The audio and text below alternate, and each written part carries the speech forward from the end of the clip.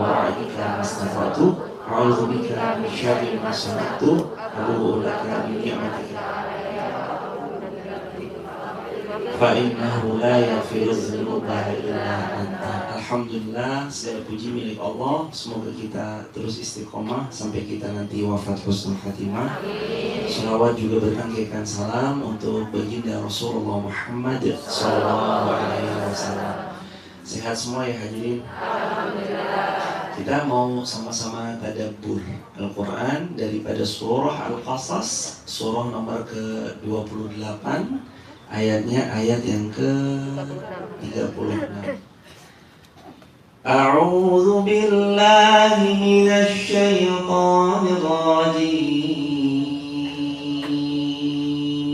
1, 2, 3.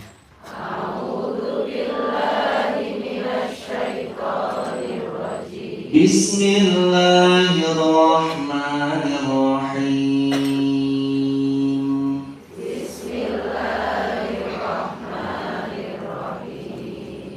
Falamma ja'ahum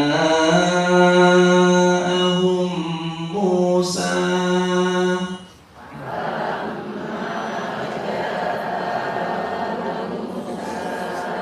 biayatina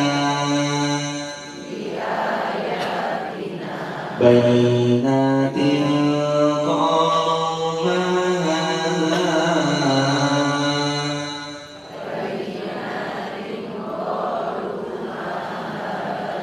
illa sihrun muftara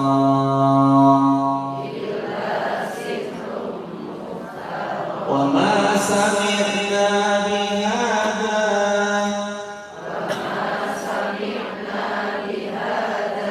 fi abaina al-awwalin.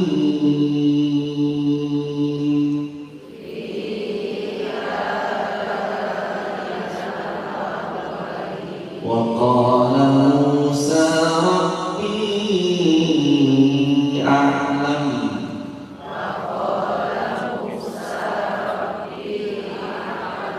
bima jaa'a bil huda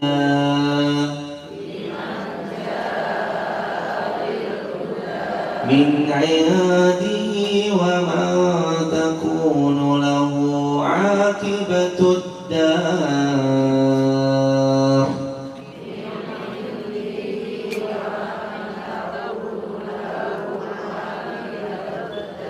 innahu la yuflihudh dhalimun.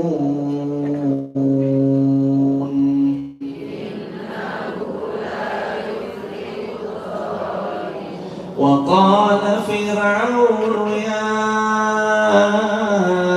ayyuhal mala'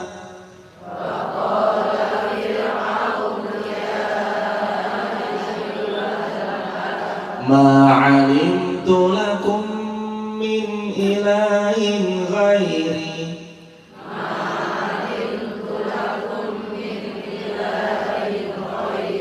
fa'auqid li ya hamanu 'ala at-tin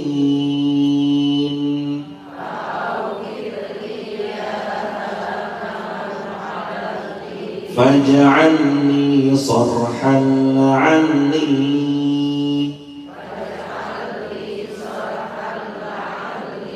attali'u ila ilahi Musa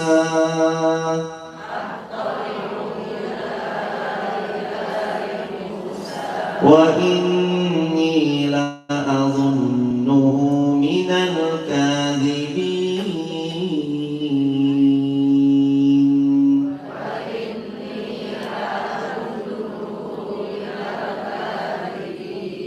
Allahumma arhamna bil Qur'an.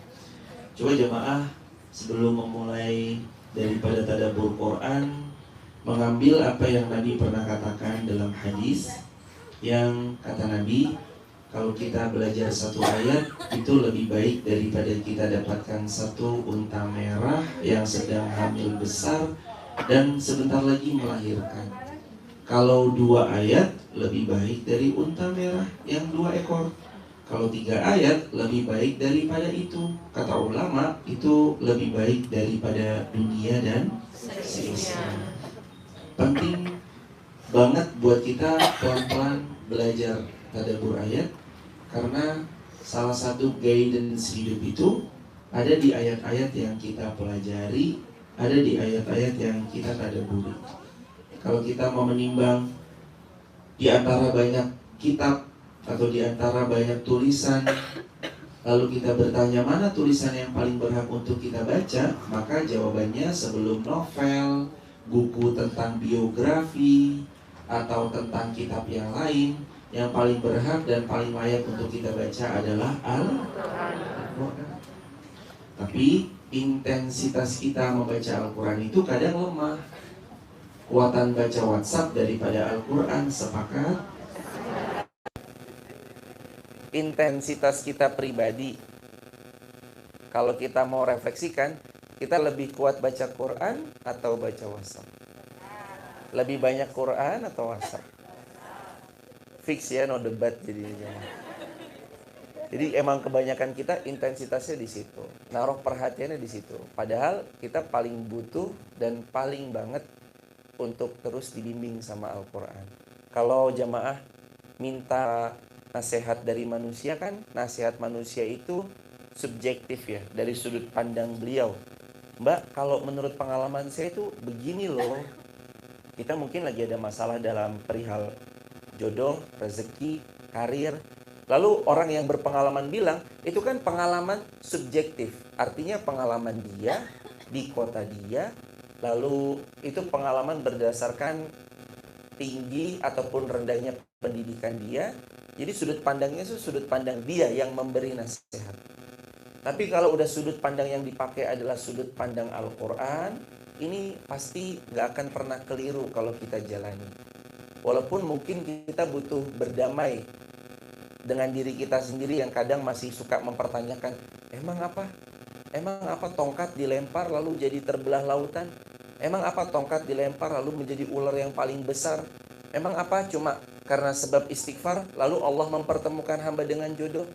Emang apa dengan wasilah istighfar Allah jadikan anak-anak hamba salih-salihah?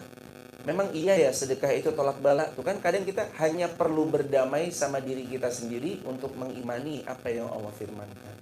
Padahal harusnya berdamai dengan diri sendiri udah gak diperlukan lagi, karena buat kita cukup Allah fihi hudallil muttaqin, bahwa Al-Quran ini itu adalah kitab la raiba fihi. Seolah Allah tuh menegaskan, kamu tuh jangan pernah ragu sama kitab ini ya.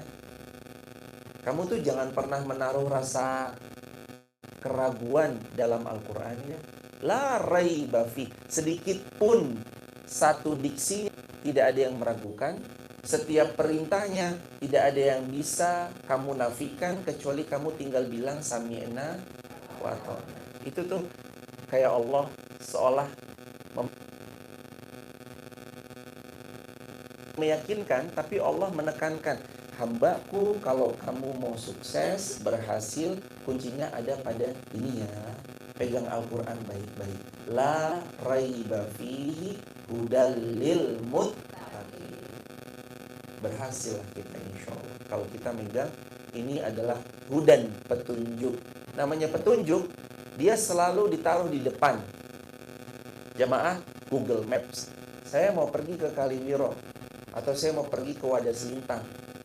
Di Wadah Selintang ada satu desa namanya Limbangan Tirit misalkan. Saya mau ke sana. Google Map sebagai acuan saya mau ke Limbangan Tirit, kira-kira Google Map-nya taruh belakang atau taruh depan? Coba jawab, taruh belakang atau taruh depan?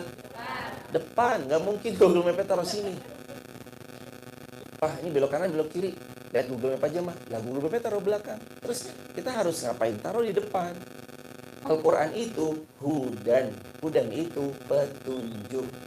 Yang sudah semestinya ditaruh di depan, bukan ditaruh di belakang. Yuk kita lihat ayatnya. Falamma ja'ahum Musa bi ayatina bayyinat Maka ketika Musa datang kepada mereka membawa mukjizat kami yang nyata. Mukjizatnya Musa apa kemarin? Membelah lautan. Tongkatnya berubah menjadi ular yang paling besar. Itu mukjizat. Ajiz. Mukjizat itu akar katanya ajiz. Ajiz itu artinya yang melemahkan. Manusia nggak bisa karena dia melihat mukjizat itu sebagai sesuatu yang ini mustahil terjadi loh.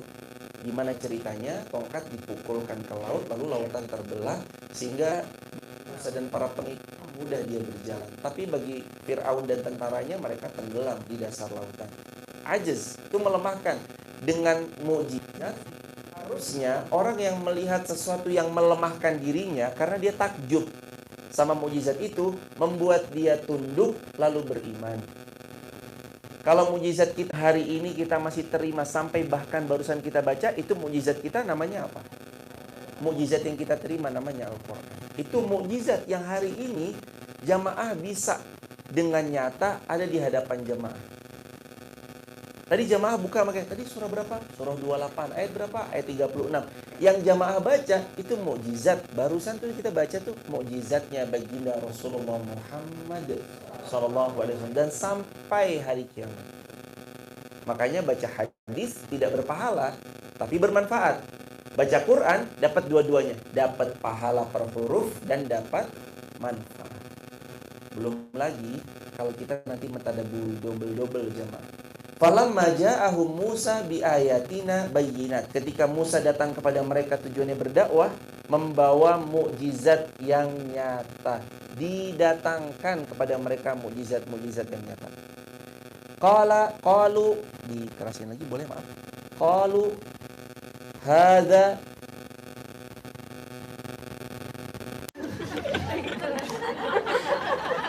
Iklan Shopee. sangka jemaah, baik sangka. Tenang aja, baik sangka. Santai aja jemaah. Relax aja. Dikerasin lagi boleh mas? Qalu ma hadza illa sihrum muftara. Sesungguhnya tongkatnya Musa itu dan dengan apapun mukjizat yang Musa kemukakan illa kecuali sihrum muftara. Dia tidak lain tidak bukan kecuali dia hanya sihrum muftara. Hanya sihir muftara yang dibuat-buat. Pelajaran pertama dari ayat ini, orang itu terbagi dua.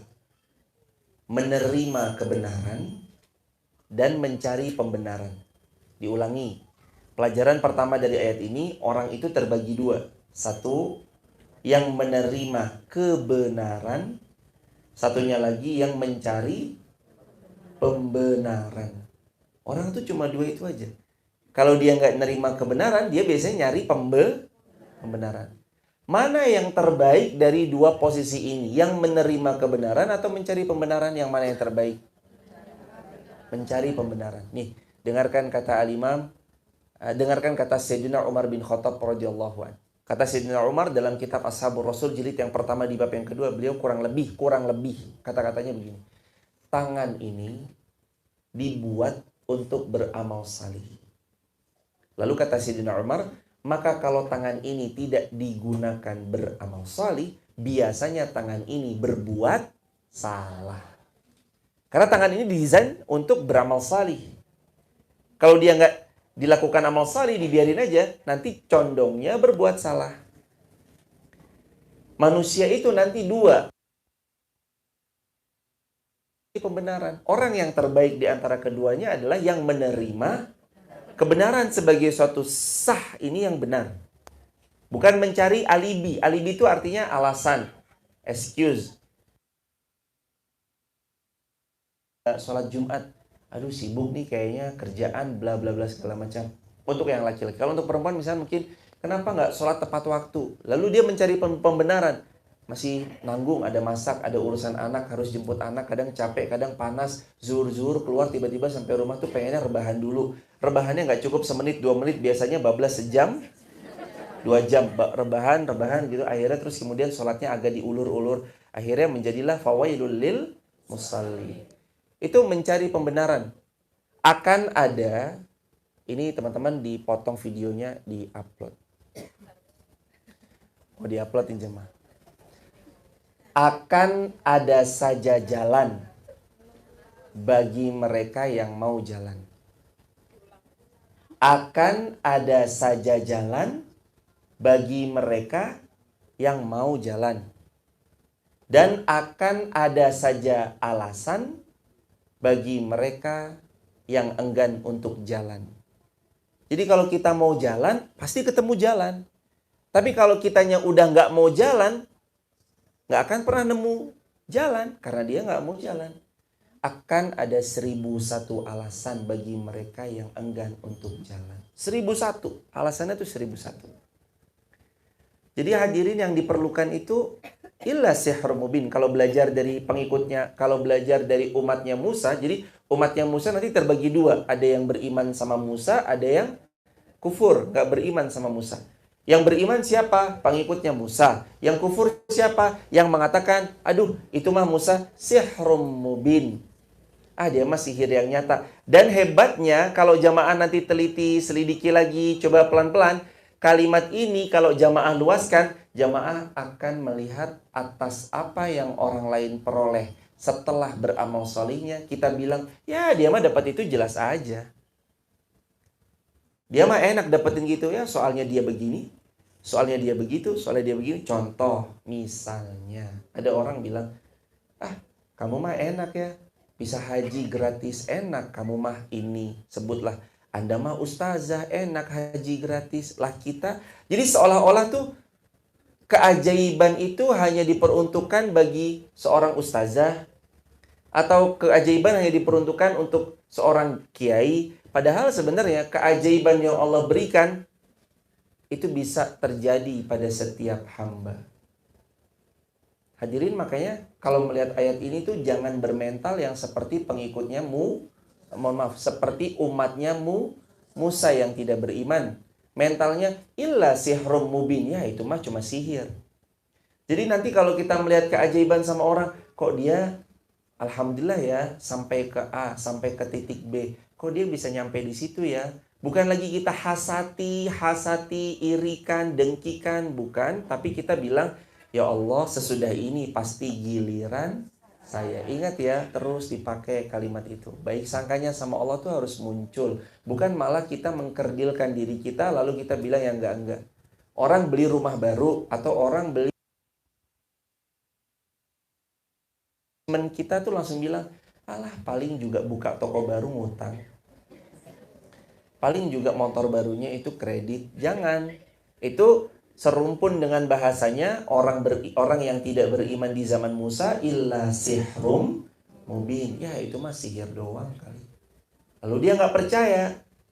Akhirnya dia hanya berpangku tangan dan nggak jadi apa-apa. Dan hadirin ya, orang yang selalu hasad dan dengki atas nikmat orang lain, yang ruwet hidupnya sang pendengki itu sendiri. Betul atau betul? Ngerasain? Loh. Pendengki itu merusak dirinya sendiri. Makanya kita belajar nerima aja kalau ada orang memang punya sesuatu nikmat yang lebih banyak daripada yang kita punya. Semoga Allah bahagiakan, semoga Allah berkahkan, semoga tambah-tambah. Kalau ada dua orang nih, satu miskin, yang satu kaya raya. Kira-kira kalau kita mau mendoakan, kita milih doain si miskin supaya kaya atau doain si kaya yang sudah kaya? Nah, pikiran kita kan kadang gitu kan. Lah ngapain doain yang kaya? Yang kaya kan udah kaya. Doain si miskin supaya kaya. Tapi ternyata dalam agama kita, Nabi itu mengajari kita untuk mendoakan saudara kita tanpa mengenal miskin atau kaya. Berarti Nabi ngajarin kita untuk mendoakan kedua-duanya. Yang mohon maaf sedang miskin, didoakan supaya kaya. Yang sudah kaya, didoakan juga supaya tambah kaya. Dan itu tidak akan mengurangi jatah rezeki kita. Nih ya jamaah, larismu tidak mengurangi rezekiku. Coba diulangi. Larismu tidak mengurangi rezekiku. berhasilmu tidak akan mengurangi rezekiku. Suksesmu juga tidak akan mengurangi suksesku. Jadi larisnya toko beliau tuh nggak ngurangin rezeki kita. Tapi toko sebelah tuh larisnya pol. Paling tuh pakai jampi-jampi tuh, bil gombal gambil, bil gombal gambil, bil gombal gambil. Hadirin ngapain sih jemaah? Biasa aja jemaah. Ada orang tokonya lebih laris, nggak apa-apa kali. Ya tapi toko saya jadi sepi. Ya kita mana jualan barang item yang sama. Satu sisi rezeki tertakar tidak tertukar, tapi kan tugas kita wajibnya ikhtiar. Jangan kayak ini loh, illa sihrum mubin. Wah ini pakai sihir nih dia nih. Sihrum mubin. Wah itu jelas-jelas sihir tuh. Lalu dia main dukun, lalu mohon maaf ya, kita nuduh dia main dukun, kita nggak terima, kitanya juga berusaha untuk mencelakai dia. Tiba-tiba motong ayam, pala darahnya digantung depan tokonya. Kadang mohon maaf ya jemaah, ada ya lebih dari 5, nggak sampai 10, tapi lebih dari 5 itu ada yang pernah nyampaikan itu kepada kami. Maksud kami berarti kan ini nyata loh. Nyata yang modelan gitu. Ada yang nggak suka lalu terus ngirim yang macam-macam. Nauzubillah summa nauzubillah. Tiba-tiba keluar rumah, ini bau busuk dari mana? Diinjek kakinya, nginjek telur. Telurnya telur busuk. Ternyata disiapkan telur di situ. Nauzubillah summa nauzubillah. Penolong kita tuh kan hanya Allah. Nggak bisa juga kita meminta kepada, nggak bisa juga kita berusaha untuk menghindari mudarat dengan diri kita semata, kecuali yang menghindari mudarat itu hanya Allah, bukan yang lain. Illa sihrul mubin. Wa ma sami'na hada fi abainal awwalin. Ya, kayak gini mah saya juga pernah dengar. Abainal awwalin. Saya juga pernah dengar nih dari siapa? Nenek moyang kami terdahulu. Nenek kami cerita begini kok. Nenek kami cerita begitu kok. Ini pernah saya dengar di cerita-ceritanya. Dan cerita-cerita yang datang itu, mohon izin ya jemaah, kadang perlu divalidasi keabsahannya.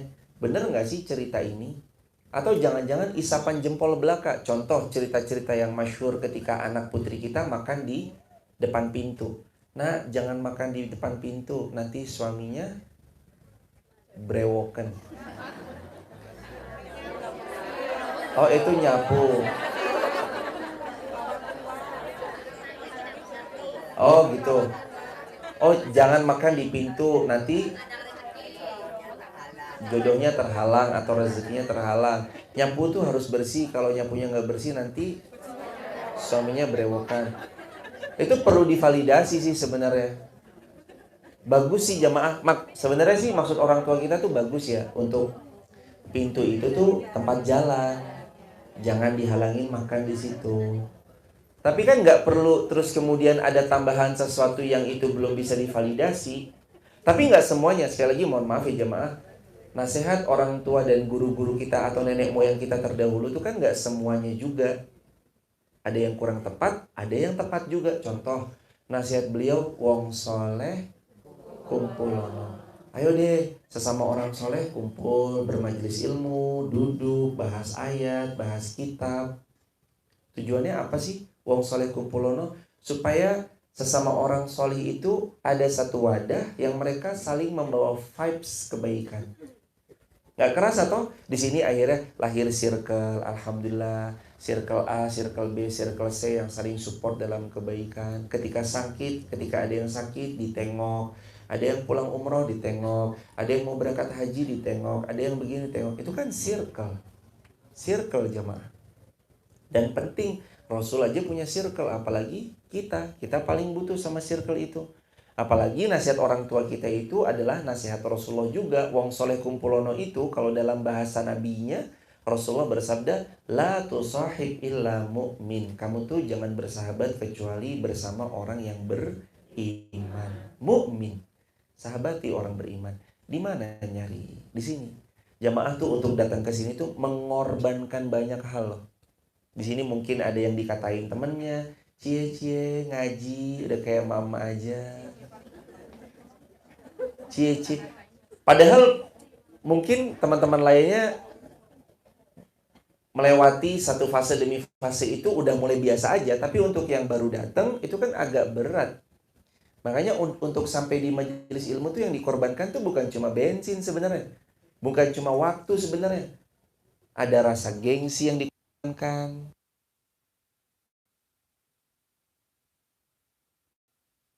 Sekarang udah ngaji, begitu datang ke tongkrongan nyebutnya, ustazah datang, ustazah datang. Wes. Ibu-ibu mungkin mulai ngerasain gitu ya hadirin.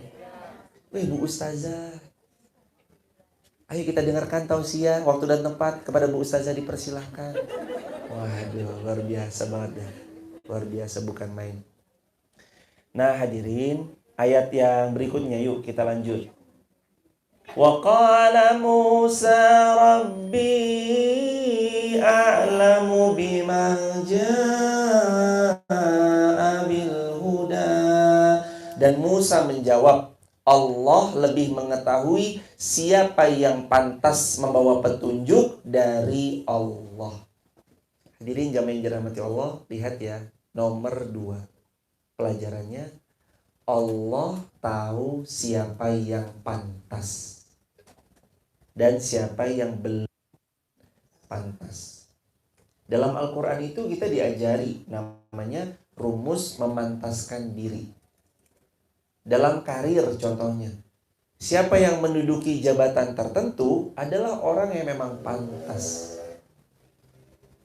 Lah kalau kita belum nyampe ke jabatan itu, gak usah berusaha hasut, lalu bilang, dia nih mohon maaf, penjilat yang luar biasa.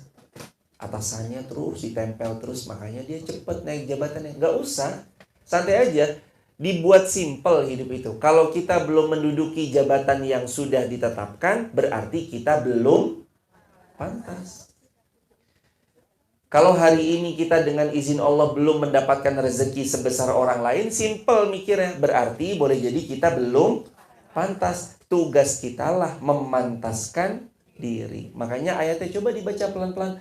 Wa qala Musa Rabbi a'lamu bima jaa'a bil huda. Allah, Tuhanku, yang paling tahu siapa yang pantas membawa petunjuk dari Allah. Allah itu ngerti kapan dikasih, kapan harus belum dikasih, kapan Allah mau kita berjuang lebih banyak, kapan kita sudah pantas menerima. Allah tuh paling tahu. Bahasa puitisnya, semua ada waktunya. Nggak tertukar takdir kita, walau sehela nafas, walau sejarum jahit benang, nggak akan tertukar.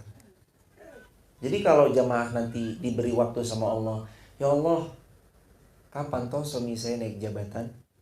Allah tuh pasti udah ngasih, ini loh suamimu nanti menduduki jabatan di sini setelah 22 tahun berkarir. Misalnya contoh. Kalau yang berkarir, kalau yang dagang, ya Allah, kapan engkau akan hadiahkan hamba untuk bisa memiliki A? Ini loh kamu berdagang, kamu yang konsisten ya. Kamu pelajari ilmu-ilmunya. Apa yang membuat customer datang lagi? Apa yang membuat customer merepeat order? Apa yang membuat dia menceritakan kepada saudara-saudaranya? Ada instrumen apa yang membuat tokomu laris? Dia pelajari, akhirnya datang. Atau teman-teman yang sekarang qadarullah, mbak-mbak di sini, semoga Allah memuliakan mbak-mbak semuanya, yang lagi menanti jodohnya. Kadang kan pertanyaan itu muncul kan, ya Allah, kapan sih datang sang pangeran menjemput hamba untuk melamar? Kapan sih dia datang ya Allah? Musa cerita, Rabbi, Allah itu a'lam, lebih tahu bimanja abil huda. Siapa yang pantas dapatkan sesuatu dari Allah? Allah paling tahu. Kamu udah pantas, kamu belum. Kamu belum, ini yang pantas. Allah paling tahu. Tapi kita tuh yang kadang lupa memantaskan diri. Kita tuh lupanya di situ jemaah. Kita bilang, dia mah jelas aja. Dikit-dikit tuh kita kayak selalu mengandalkan, dia pantas kaya. Lawang orang tuanya balungan gajah. Pantas kaya. Emang dia mah dari lahir juga udah kaya. Lalu seolah kayak kita menafikan bahwa manusia bisa merubah nasibnya sendiri. Bukankah Allah berfirman dalam Al-Quran surah Ar-Ra'd ayat yang ke-11, Innallaha la yughayyiru ma biqaum hatta yughayyiru ma bi anfusihim. Allah nggak akan merubah nasib kita sampai kitanya mau merubah diri kita sendiri. Orang pinter, ya Allah anaknya pinter, jelas aja mama bapaknya pinter. Belum tentu. Dia pintar bukan karena keturunan. Dia pintar karena memang dia mah rajin. Dia pintar karena saat yang lain tidur, dia belajar. Dia pintar saat yang lain ujian, ya dia belajar lebih dalam. Sedangkan yang lain mempersiapkan ujiannya dengan santai-santai. Kan ada kalimat ya jemaah, bahwa hasil itu, bahwa proses tidak pernah mengkhianati hasil. Bukan hasil akhirnya, ada prosesnya. Kita bertanya ya soal rezeki. Kenapa rezeki saya segini ya Allah? Lah pertanyaannya coba diganti. Ya Allah, apa yang membuat hamba pantas menerima rezeki yang lebih besar? Kan kita tahu ya, cara kerja rezeki itu akan datang, rezeki akan pergi. Dan kita tahu caranya adalah biasanya rezeki itu akan datang kepada sesuatu yang memiliki value. Value itu artinya nilai. Punya nilai enggak? Semakin bernilai biasanya semakin mahal. Semakin tidak bernilai biasanya semakin murah. Selama ada nilainya, rezeki itu akan datang kepada dia. Hamba semakin bernilai, ketika kita jadi seorang hamba semakin bernilai, semakin Allah akan hujankan dengan hal tersebut. Karenanya di ayat ini, Rabbi a'lamu biman jaa'a bil huda. Allah tuh tahu siapa yang pantas, siapa yang belum pantas. Tadi karir udah. Lalu sekarang jodoh udah. Lalu sekarang sakit. Allah tahu kok kita lagi kurang sehat. Lalu mantesin diri nggak kita untuk menjemput kesembuhan? Mantesin kok. Saya dengan apa mantesinya? Saya mengkonsumsi obat herbal, sudah. Saya datang berobat, sudah. Alhamdulillah saya sudah ini, sudah itu. Itu namanya mantaskan diri. Dan yang nggak boleh dilupakan daripada hari ini, ilmu tentang memantaskan diri. Akan ada hadiah terbaik untuk orang-orang yang pantas menerimanya. Bukan orang-orang yang hanya berpangku tangan, lalu mengemis meminta-minta. Ada hukum kepantasan. Yuk jemaah pantaskan diri. Kalau seorang perempuan mau diperlakukan baik oleh suaminya, yang harus dia lakukan itu belum dulu ngomel pada suaminya.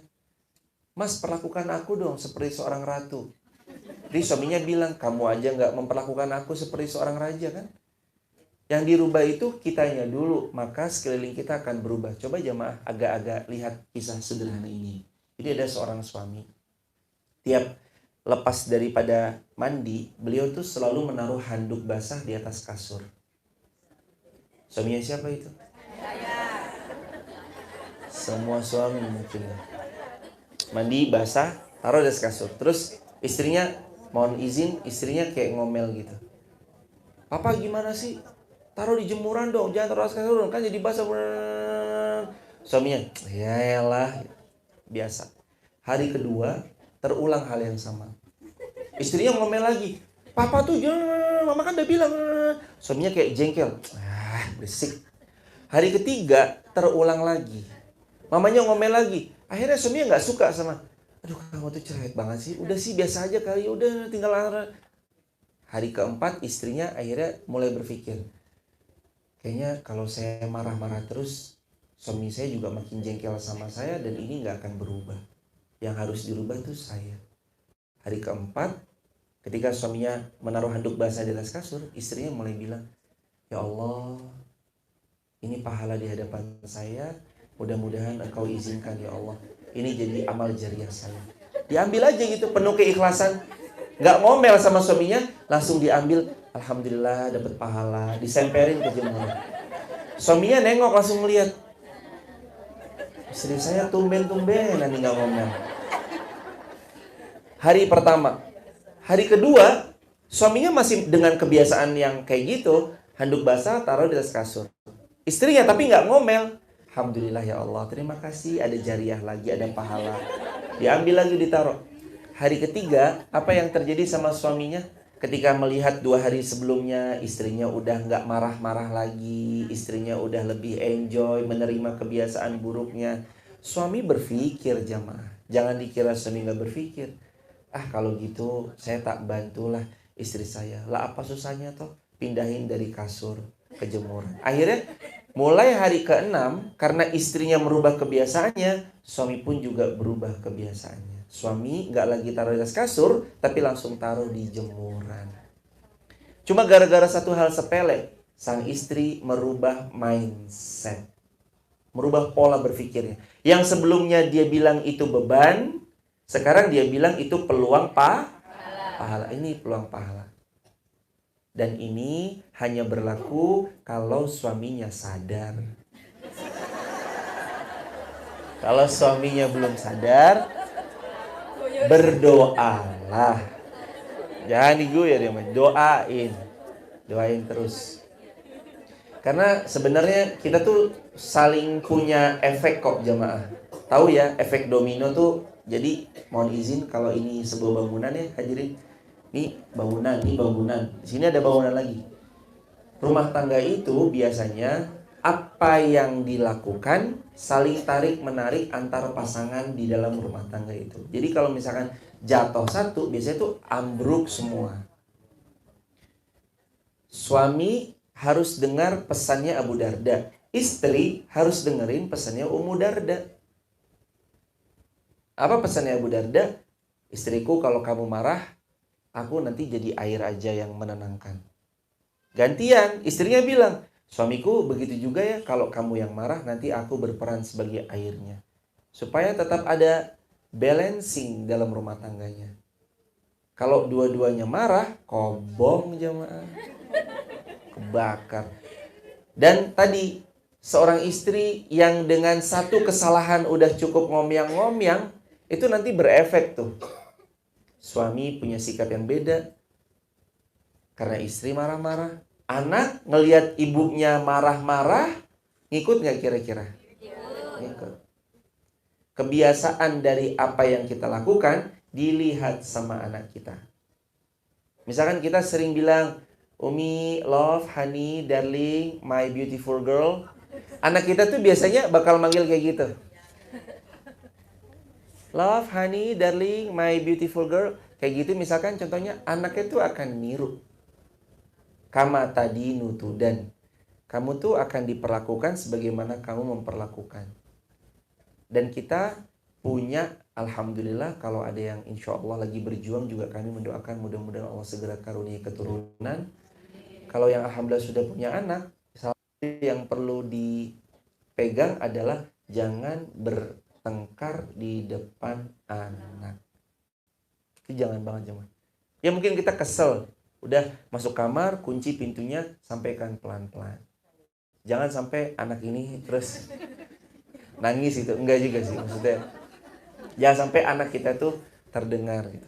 Kalaupun jamaah ternyata habis berantem hebat, papa ini gimana sih?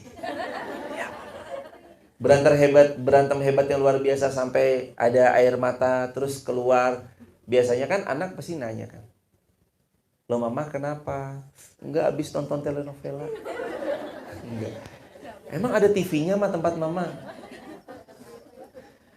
Ya, pintar-pintarlah untuk menyembunyikan aib pasangan, termasuk di depan anak. Bagusnya anak taunya baik-baik kayak tentang kita, walaupun kita struggling juga, saling menyiapkan mental pasangan. Dan ini buat mbak-mbak yang sebentar lagi insya Allah tahun ini menikah, mudah-mudahan. Buat yang belum menikah, ingat selalu ya, cantik dan ganteng ada masa expirednya. Betul? Saya ulangi ya, ini buat mbak-mbak yang insya Allah tahun ini menikah. Kami mendoakan insya Allah yang belum menikah tahun ini menikah. Cantik dan tampan ada masa expirednya. Tapi kalau akhlaknya yang cantik dan tampan, kita akan hidup selamanya bersama akhlak dan sifat-sifatnya. Maka pastikan Yang dipilih itu bukan hanya good looking, tampilan luar, tapi juga harus diperhatikan baiknya akhlak dan adab beliau. Ini yang paling penting. Karena kita hidup bukan cuma sama tampannya, bukan cuma sama cantiknya, tapi kita hidup sama sifatnya, perilakunya, adabnya, tutur katanya, visi misinya, ambisinya. Papa tuh ngapa sih hard work banget? Ya kan kita mau begini, kita harus begini. Itu ambisinya. Kita hidup sama ambisinya. Bukan cuma sama tampilan fisiknya. Karena fisik dalam jangka waktu setahun pasti ada yang lebih cantik. Jangankan dalam waktu setahun. Dalam waktu 1 hari aja Anda pergi, ada yang mungkin lebih tampan. Ada yang mungkin lebih cantik. Tapi kan hidup bukan untuk sekedar menikah dalam mencari cantik atau tampannya, tapi kita hidup menua bersama, mudah-mudahan sampai surga. Jadi nomor 2, belajarlah memantaskan diri. Karena Allah tahu siapa yang pantas. Berikutnya hadirin, ini kepantasan tolong dipakai di semua bidang dan di semua lini. Mau dagang, mau berbisnis, buka usaha, mau berkarir, jadi pegawai, jadi seorang karyawan, jadi seorang influencer. Di sini mungkin ada mbak-mbak content creator, ada selebgram mungkin yang datang, seleb TikTok mungkin yang datang, selamat datang. Atau ada YouTubers yang datang, selamat datang mbak-mbak atau ibu yang mungkin juga. Kalau nenek-nenek boleh nggak jadi TikToker? Boleh. Ada kok nasihat nenek mungkin gitu ya, buat akun gitu. Sang nenek beri nasihat gitu, boleh. Pakai aja sosial media buat yang positif-positif, jangan sampai sosial media dipakai untuk yang negatif. Dan itu berlaku memantaskan diri ini di semua bidang. Ini penting kata Sayyidina Umar bin Khattab. Kami cukup banyak meng-highlight atau memberi note kepada kata-kata Sayyidina Umar bin Khattab karena baru-baru ini cukup banyak membaca hikayat-hikayat riwayat beliau. Jadi salah satu kalimat Umar gini, hendaknya setiap insan memiliki skill dan keahlian. Ini pesannya Sayyidina Umar, hendaknya setiap insan memiliki skill dan keahlian. Karena adalah sebuah aib jika hambanya Allah belum memiliki keahlian apapun. Aib ternyata. Menurut Sayyidina Umar bin Khattab, ketika seorang itu tumbuh belum memiliki keahlian. Kita tuh cukup dikenal satu aja, sudah cukup kok jemaah. Irfan yang mana sih? Oh, Irfan yang tukang jahit. Karena misalkan ada Pak Irfan bisa jahit misalkan gitu. Gak apa-apa, itu cukup kok. Dan Anda modal gunting sama meteran aja bisa hidup atau enggak kira-kira? Hidup jemaah. Maksudnya modal gunting meteran itu ya modal keahlian jahit. Ini berapa senti, ini terlalu sempit nih, harus dilonggarin 1,5 senti. Itu aja bisa hidup kok. Gak ada manusia yang gak punya rezeki, asalkan memang tadi rezeki itu akan datang kepada yang bervalue. Value-nya memiliki keahlian. Punya keahlian apa Anda? Bahkan ada yang bisa jadi cuma keahlian yang sederhana. Apa keahliannya? Buat karya sendal dari ban. Ada ban, dia gunting, dia buat sendal. Atau mungkin jemaah pernah tahu mungkin ada sendal swallow, tapi dia buat keahlian swallow tapi diukir nama.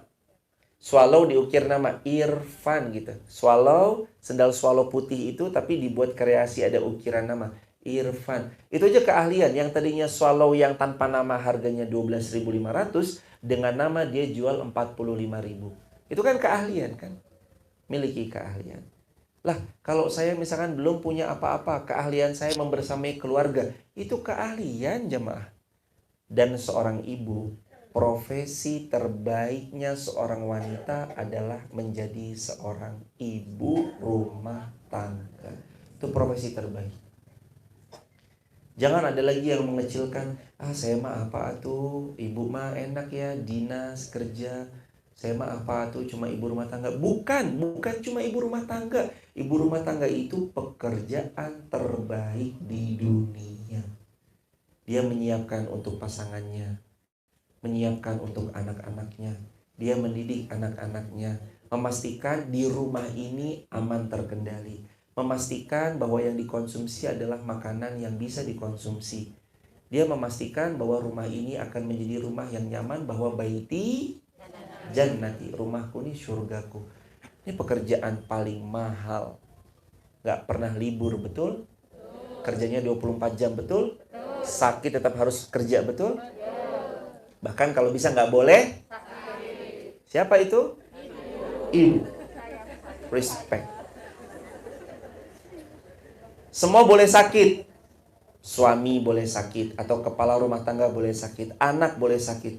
Tapi kalau seorang ibu dalam rumah itu sakit, tuh rumah langsung ambruk semuanya, jemaah.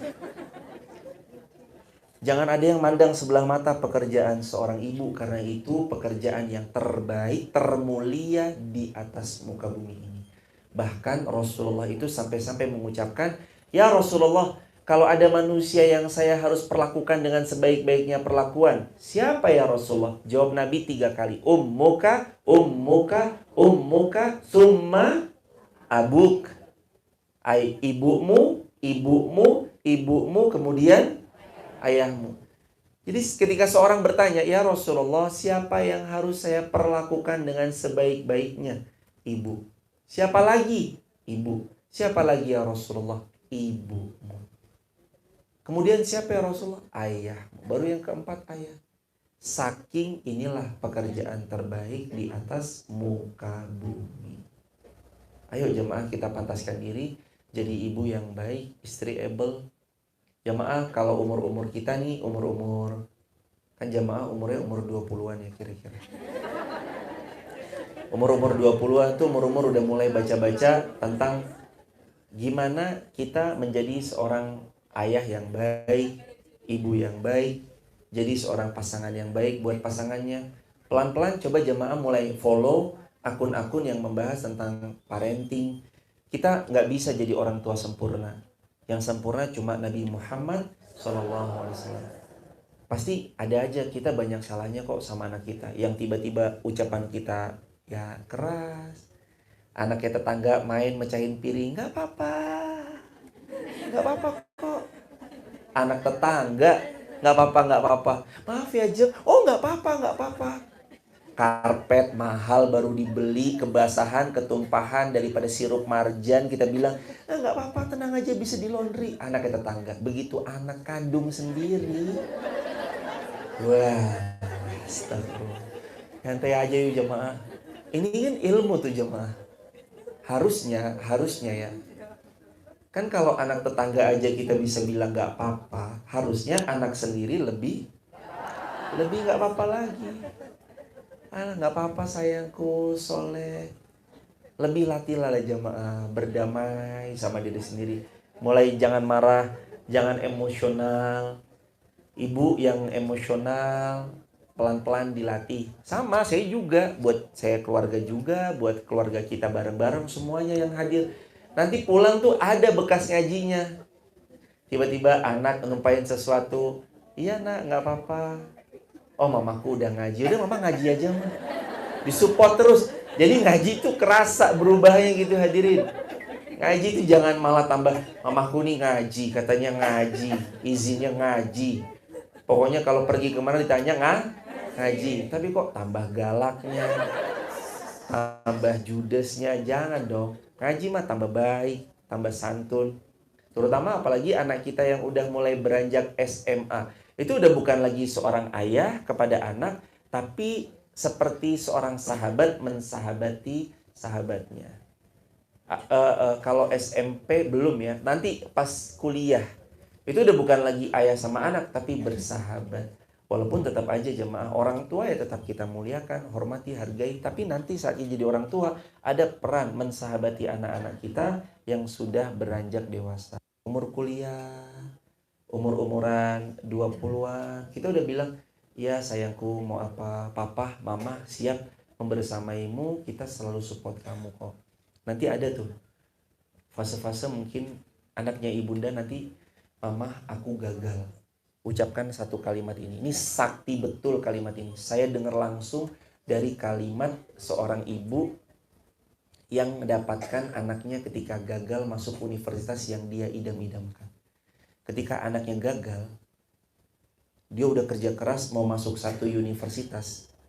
Terus begitu pengumuman namanya nggak ada dalam daftar orang yang keterima di universitas yang dia idam-idamkan, dia datang ke ibunya terus bilang, "Mama, aku gagal." Dan ibu ini bilang satu kalimat, "Nah, gagal atau berhasil, kamu tetap anak mama. Nah, sukses atau belum sukses, kamu tetap yang terbaik di mata mama." Bilang gitu sama anak-anaknya, Ma. Bilang gitu. Sepahit apapun, walaupun kita dengar kabarnya tiba-tiba kayak jegler patah hati kita. Mungkin kita kena kasus atau berkasus sama yang lain, tetap bilang, "Nah, kamu gagal atau berhasil, kamu tetap yang terbaik di mata mama. Mama tetap doain kamu." Terus begitu jemaah. Kita tuh harus paham, ini titipan Allah yang mahal harganya, anak-anak kita. Mereka tuh titipan Allah jemaah. Kita dititipi sama Allah. Ada yang dititipi 1, ada yang dititipi 3, 5, 7 anak.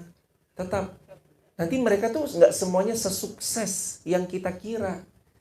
Bahkan dari anak 2, anak kembar sekalipun, rezekinya belum tentu sama. Boleh jadi kakak kembarannya itu lebih sukses daripada adiknya. Tapi jangan pernah beda-bedain. Tetap bilang, "Nah, berhasil atau gagal, kamu tetap anak kebanggaan mama." Anak digituin jemaah mentalnya. Orang tua tuh penting punya peran kayak gitu. Kita tahu kok jemaah, kita pernah terluka saat kita dibanding-bandingkan. "Kamu kayak kakakmu dong." Ada perasaan kayak, oh begini ya. Pas kumpul keluarga, jemaah pernah ngerasa gak sih saat kumpul keluarga yang paling sukses tuh kayak dirajakan banget. Terus kita yang belum sukses kayak, "Wes, cuci-cuci piring wes." Bagian isah-isah. Aduh, ya Allah. Giliran keluarga yang kaya datang tuh semua kayak begini, mobilnya. "Ayo Mas parkir kene, mohon Mas parkir." Terus mobil kita yang jelek tuh parkir di pinggir jalan, keluarga yang bagus. Tapi nggak apa-apa ya, kita tahu kan rasanya kayak gitu. Makanya nanti kita bilang sama anak, "Nah, kamu berhasil atau gagal, kamu tetap anak kebanggaan mama. Masa lalu kamu seburuk apapun, mama sudah ridho, mama sudah ikhlas, mama sudah terima. Mama terus doain kamu jadi anak yang soleh. Bismillah." Udah doain terus. Begini ya terus sama Allah jemaah. Tangan kita jangan sampai nggak gini sama Allah. Minta Robbi habli minas salihin.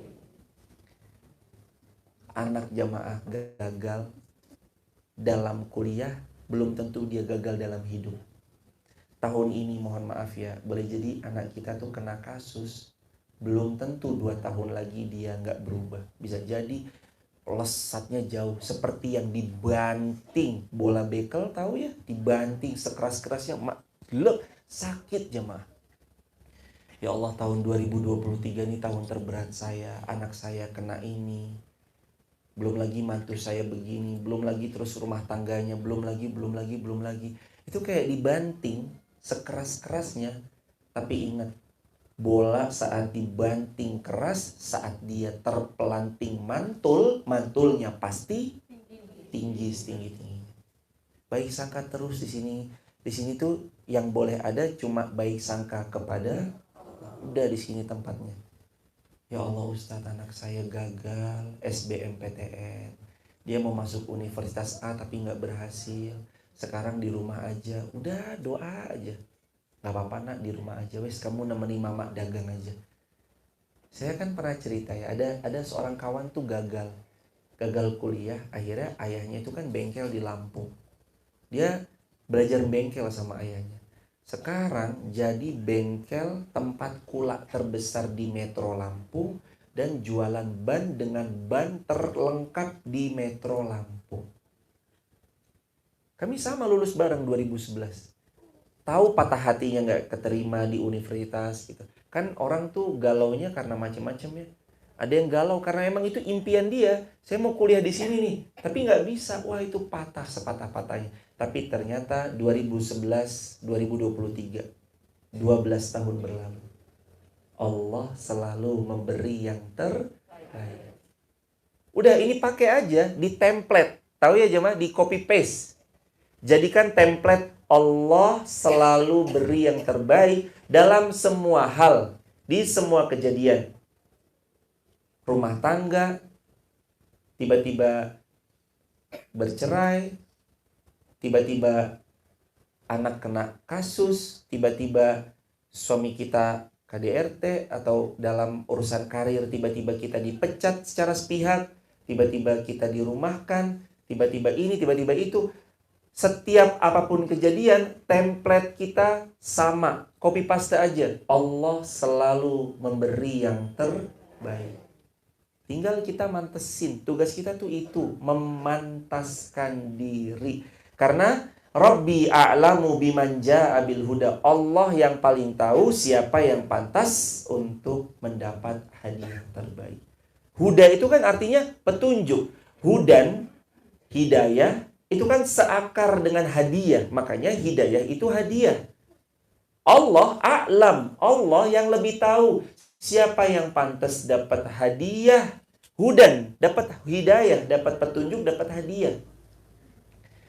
Lah gimana kita mau pantas dapat hadiah kalau kitanya nggak memantaskan diri? Pantaskan diri.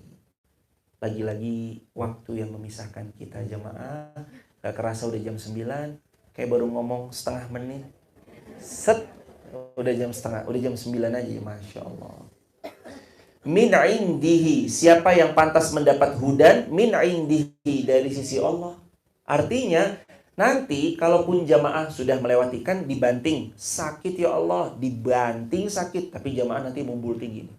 Tinggi. Orang mah nyebutnya, wah dia sekarang udah ini ya, udah berhasil ya, udah sukses ya. Ingat selalu, kalau jamaah dulunya pernah dibanting, direndahkan, dihinakan, dibilang ini, dibilang itu, difitnah, lalu Allah mengizinkan Anda mumbul tinggi, pegang baik-baik. Min indihi. Kalimatnya apa dalam ayat? Semua itu berasal dari Allah. Min indih. Min artinya dari, indih, sisi Allah.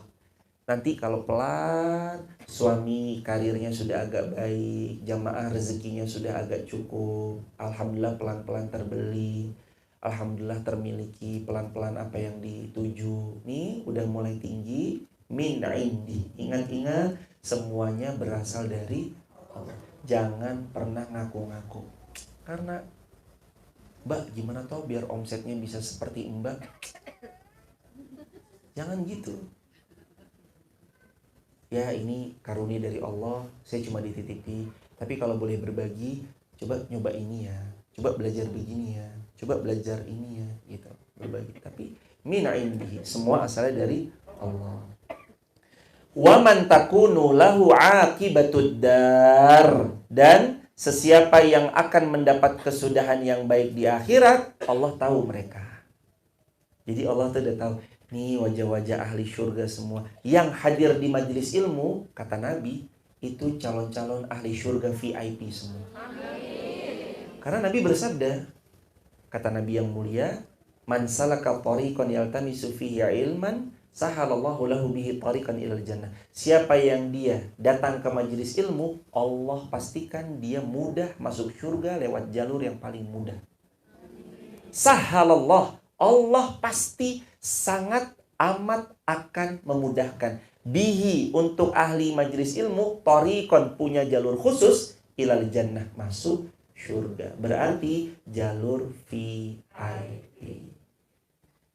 Saya maka gemeteran nih berbicara di hadapan ahli surga semuanya. Karena saya ngerasa, aduh jamaah mah enak ya, pahalanya udah lebih banyak. Luar biasa, kan gitu ya. Kalau engkau melihat yang lebih tua usianya, bukan berarti saya bilang jamaah tua, enggak sih. Kita kayaknya seumuran. Tapi maksudnya jamaah insya Allah lebih banyak amal solihnya. Karena itu saling tolong jamaah, tolong sekali gantian. Kami juga minta, mohon dengan rendah hati, didoakanlah jemaah. Kita saling mendoakan. Insya Allah kami juga nggak lupa kok. Kemarin kami safar tanggal 30 ke Papua, 1-7 di Papua, 78 ke Makassar, 89 di Jogja, 10-11 di Jakarta, 12 nyampe sini, tanggal 13 kita ngaji bareng-bareng. Di atas pesawat, setelah kita mohon pertolongan agar Allah Subhanahu wa Ta'ala mengkaruniai kebaikan buat diri kita dan keluarga, insya Allah kami dan teman-teman gak lupa kok. Saya bilang sama teman-teman, Mas, udah doa belum? Ayo Mas doa. Ayo Mas doa. Termasuk kami mendoakan jamaah semuanya, baik offline maupun online, semoga selalu dimuliakan Allah dunia akhirat. Dan saling mendoakan jemaah, insya Allah mudah-mudahan kitanya istiqomah, meninggalnya husnul khatimah, syukur-syukur wafatnya di Mekah Madinah. Dan itu yang gak boleh lepas tuh, doa supaya istiqomah sampai husnul khatimah. Baik jemaah, kalau ada yang mau bergabung di grup WhatsApp kajian saya, isinya video pendek dakwah kami, isinya informasi kami dan live streaming segala macam, teman-teman bisa tap link di bio ya, sebut nama, asal kota, asal negara. Kalau yang offline gimana caranya? Save nomor WA saya 081213 60 70 20. 081213 60 70 20. Satu pertanyaan terakhir dari yang paling depan. Ada nggak? Bagian depan. Ya, Ibu, silakan. Izin ya Ibu dari yang depan dulu. Biasanya yang paling depan datang duluan. Kecuali kalau nyelesep gitu. Ibu boleh angkat tangan, Ibu, mohon izin. Satu pertanyaan terakhir. Sebut nama dan dari mana Ibu? Ada? Belum nyala Mas, maaf Mas. Belum nyala. Sudah nyala Ibu? Udah nyala? Udah nyala? Enggak, itu udah nyala di situ? Mic-nya udah nyala? Udah. Mic-nya udah nyala Mas. Mohon maaf. Pakai mic yang lain aja kali. Dah. Itu nyala. Assalamualaikum. Siap. Waalaikumsalam. Tentang ada yang memberitahu kalau pengobatan dipindahkan ke hewan itu hukumnya bagaimana? Terima kasih. Assalamualaikum warahmatullahi wabarakatuh. Waalaikumsalam warahmatullahi wabarakatuh. Semoga Allah memuliakan ibu, sekeluarga besar dan seluruh kaum muslimin. Bagaimana kalau pengobatan dipindahkan ke hewan? Izin kami menanya maksudnya. Maksudnya kita sakit terus sakit kita dipindah ke hewan. Maksudnya begitu Ibunda? Yang seperti ini kami belum punya ilmunya, tapi setahu kami kayaknya enak banget sih kalau bisa digituin. Aduh kakinya sakit, pindah ke hewan. Ya. Kalau setahu kami Ibunda, yang seperti itu biasanya ini ya metode-metode yang dekat sekali dengan kemusyrikan.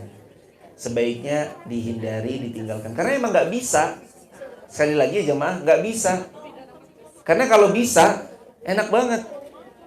Kalaupun ibu, enggak Ustadz, itu buktinya udah ada kok. Dia bisa kok sakitnya dipindah ke dada hewan. Sakit jantung, ringnya tiba-tiba pindah ke jantung ringnya hewan gitu. Kalau emang begitu bisa, biasanya dibohongi. Diakal-akali aja biasanya. Hati-hati ya ibunda yang model kayak gitu. Takut-takut kita dikuras habis. Oh ini harus ada maharnya. Maharnya berapa? Maharnya sekian. Kan ingat ya, mau kaya, dapat penghasilan 1 miliar per bulan, beli cincin saya. Cukup dengan 100 juta, Anda dapat penghasilan 1 miliar per bulan. Lah, kalau emang dia punya cincin, cincinnya bisa menghasilkan 1 miliar sebulan, kenapa? Iya kan? Kenapa dijual cincinnya? Jadi nanti begitu ya ibunda, mohon izin. Jadi yang pengobatan seperti itu, Allahu a'lam, tidak ada. Allahu a'lam. Terus cara kita mengobati diri sendiri, baca ayat Al-Baqarah, ayat Kursi, Al-Ikhlas, Al-Falaq, An-Nas, amal soleh, istighfar banyak-banyak plus sedekah. Karena sabda Nabi, sedekah itu tolak bala. Saya anjurkan, sekali lagi terakhir sebagai penutup, saya anjurkan kepada diri saya dan jamaah serta seluruh kaum muslimin yang mendengarkan tausiah ceramah ini, usahakan setiap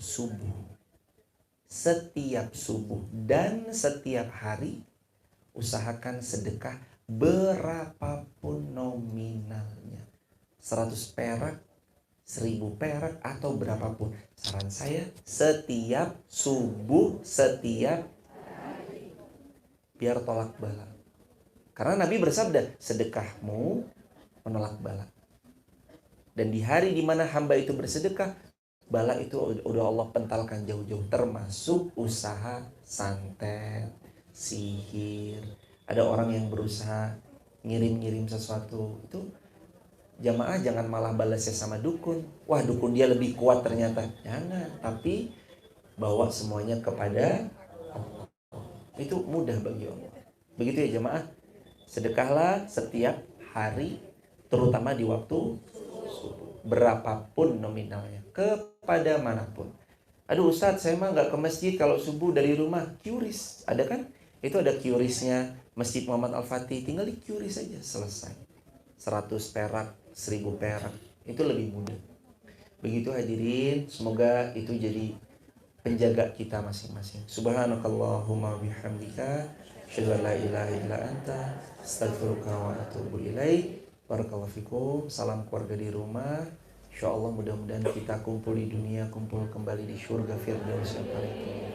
Saling doain jamaah. Assalamualaikum warahmatullahi wabarakatuh. Barakallahu fikum teman-teman. Kalau ada yang mau bergabung di grup WhatsApp kajian kami, silakan di tap link di bio, sebut nama, asal kota, asal negara. Barakallah. Mas.